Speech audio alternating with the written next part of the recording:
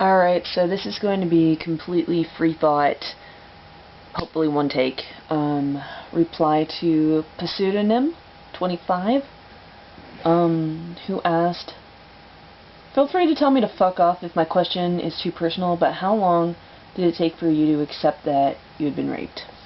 Well, it's kind of a complicated question. I accepted it immediately after it happened. When she was doing it, I was telling her, I'm not sober, I'm not sober, I'm not sober, because, oh yeah, she was raping me.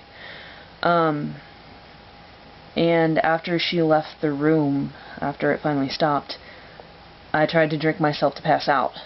And I couldn't get that done, so I grabbed my headphones, which were in my bag, which was in the room, and I put them in, and I passed out. Thankfully enough. Well, whatever, for whatever matter that is. I guess, and I mean, I confronted her the next day about what had happened, and she cried and whined and whatnot. And a couple of months later, into the fall, both of our senior years, I was having a bad day, and because actually for the fall semester, I got on antidepressants.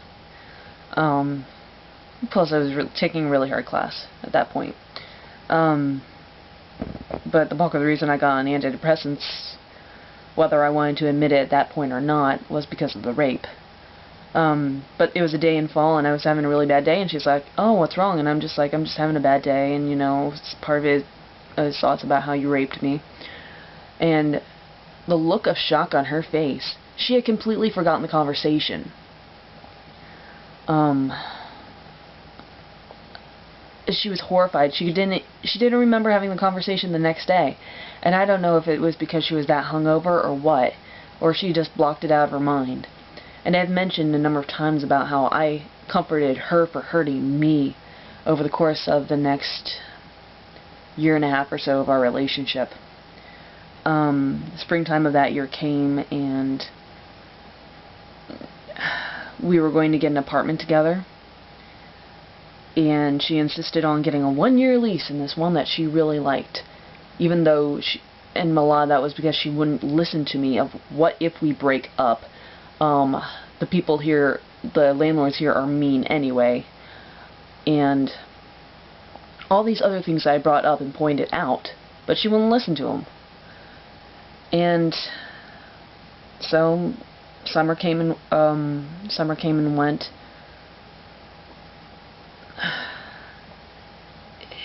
Okay, I think what made the rose-colored glasses of the relationship come off and it really start to sink in was when she talked about going off to Boston, and when she talked about her plans for after college.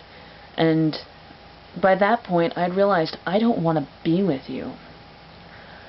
And at one point during my super senior semester, I had 1 semester left of college, there was amongst the other usual abuse, and me not feeling like the apartment that we had together was my home, because I didn't feel like I had a space, but that was just other stuff. If you want me to talk about a tipping point, a real breaking point, I was having a bad day. Depression was bad, eating was bad, anorexia was flaring.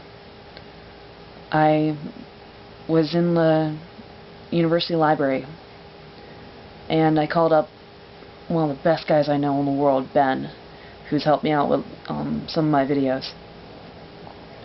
And I just broke down, and I cried, and I cried, and I cried, and I told him about the rape, and I told him about how I didn't love her, in fact, how I hated her, and how I was in this abusive relationship.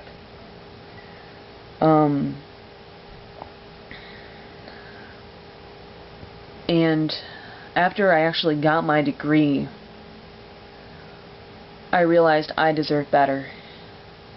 Which, ironically enough, is a phrase that I would come back to get again and utilize as my life mantra a number of years later. And it got down to the point where I started putting her stuff out of what was actually my room and putting it in her room.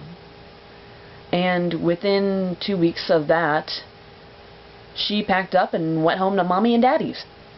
Quit her job, and yeah, last time I saw her was at the closing of the apartment in spring 2008, which after that I moved immediately in with a woman who I was engaged to for 2.5 years or so, and I was at least able to talk about it around her some.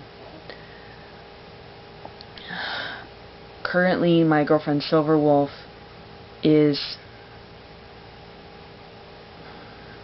she's supporting me and trying to inspire me to get counseling, which actually, here in Columbus, they actually do have counseling for survivors of being abused by a same-sex partner, which that reminds me I need to look into, so mental note for giving them a call tomorrow, because I need to. I have not actually had any professional counseling that fall after the fall after it happened. I tried to bury it. I did try to bury it. And there was just symptoms throughout the rest of the relationship of that and of that abuse. I had no sex drive. I questioned my gender identity because I hated my body, which apparently is actually pretty common among survivors of rape and molestation, that they hate their bodies. And severe depression, in addition to just the natural depression that I have, that I was born with, was just all part of what I went through. Every now and then, here, what is it, 5 years on, almost 6 years on, I have flare-ups when I have really bad days. But those flare-ups are getting fewer and further between. And talking about it honestly does help. The more people I talk to about it, and the more I turn all that negative experience into a positive of speaking out against feminist hypocrisy, speaking out against rape and abuse in the gay community, speaking out against partner abuse in general, and just hoping to change some of those statistics. Like at the university I went to, the statistic was 1 in 4 women and probably 1 in 6 to 8 men will be sexually attacked, be it forceful or in the way that happened with me, throughout their college experience. And I hope I answered your question. I realize that this is all rambly, but like I said, I'm just doing this free thought, saying it as it comes. Peace out. And thank you for your question, by the way. Bye. Yeah. Peace out.